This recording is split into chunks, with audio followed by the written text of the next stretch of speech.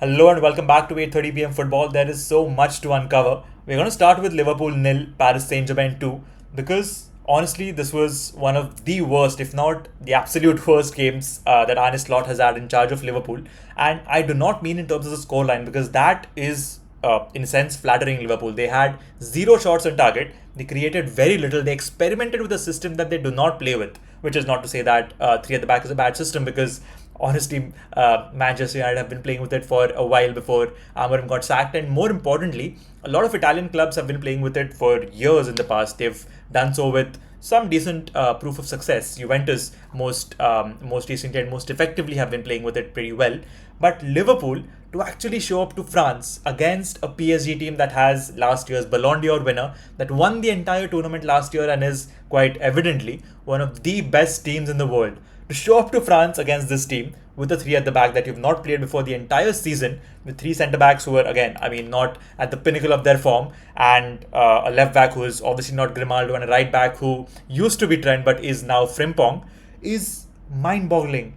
I don't understand what he was thinking, and fine, you're experimenting with it, but to not change it for large parts of the game when you're clearly so average is even more surprising. It honestly just keeps getting worse, because in the 90th minute, A, he waited till the 90th minute, and B, when he actually made the decision, he brought on Trey Neoni, who I understand might have been good in training, is a great future prospect. But just because Mohamed Salah is not going to be around for next year does not mean he can impact games right now.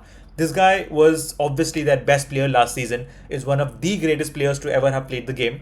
Obviously, a club legend, one of Liverpool's best players in the last decade and a half, if not the best, and you decide to not give him a single minute in a Champions League fixture of this caliber. If there was ever a player you could have entrusted the responsibility of having an impact in a game that you've been so miserable at, that you've been so terribly playing, it is Mohamed Salah, and you've had him on your bench for the entirety of the game. To make matters worse, he's actually scored a brilliant goal in just the last Champions League game. So, I mean, I understand that he's been missing sitters in the Premier League. He's been in pretty awful touch, and he's not going to be around next season. But to not give him a single minute is, again, it just beats why a manager would do that. Arne Slot blames playing games once every 3 days, but honestly, I mean, man, you got it all wrong. There's no other way to. There's no two ways about this. Even if Liverpool goes out of their way, gets their heads out of their asses, and is able to produce an outstanding performance at Anfield, of which there have been so few this season, I honestly don't think PSG is the kind of team that is going to allow them to overturn a 2-0 deficit.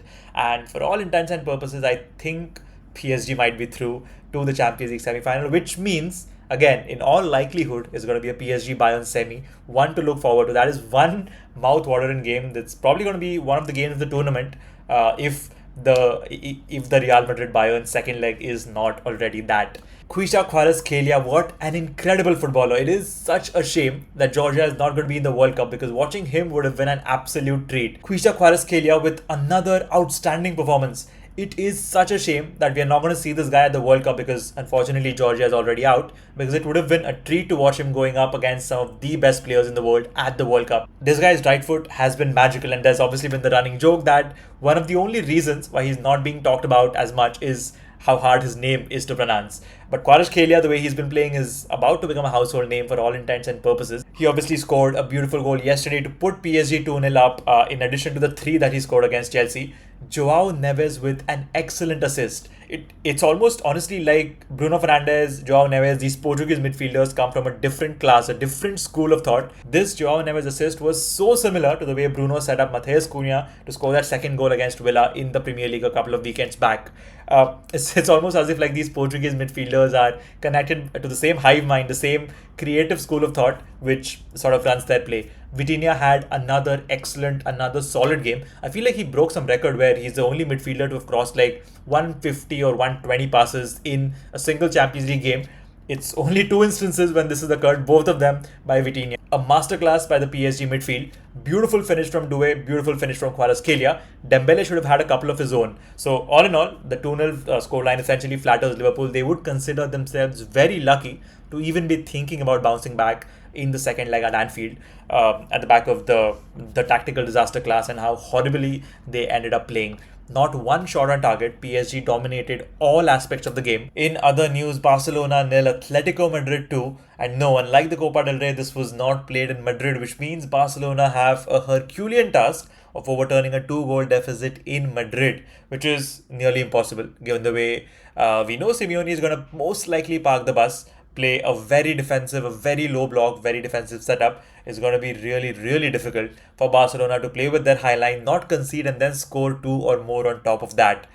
Like the Copa del Rey fixture, Barcelona had a red card, although this was not Eric Garcia in the 85th minute, this was Pau Kubasi in the 45th minute. Since when does Alcaraz take such good free kicks? I do remember him taking a couple of really good free kicks, one of which was exactly similar to the one he scored yesterday when he was at Manchester City. But obviously, I haven't been watching him for a long time, but that was honestly one of the few chances they had in the first half. A half that Barcelona pretty much dominated until that moment when the red card came, from where, again, kudos to Barcelona, credit to Lamine Yamal, credit to the boys for keeping the pressure up because Marcus Rashford had like 4 shots on target, two other good chances. This guy had like enough and more to basically score one, put Barca back on track to probably get an equalizer later on. But then obviously Alexander Soloth killed the game in probably like midway through the second half. Again, something created out of absolutely nothing. While I'm almost certain that PSG is not going to bundle their lead away at Anfield next week, I'm not so certain for Atleti and still hoping that Barca have a lot left in their tank. The likes of Rashford, Lewandowski, Lamine Yamal come in clutch, get maybe a goal early on.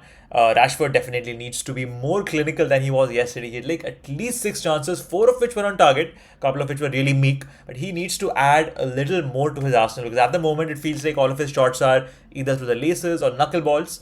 There's an element of a curling shot, which is not his strongest suit. In fact, I don't remember the last time I saw him score one, even including his days at United. It was mostly put his laces through it or basically like tap it in the far post. So that kind of shot, while it is effective, he needed a little more clinicality, a lot more was expected from him yesterday, as it will be in the second leg as well if he starts. PSG 2, Liverpool nil, Barcelona nil, Atleti 2. That's it for now. See you again next week.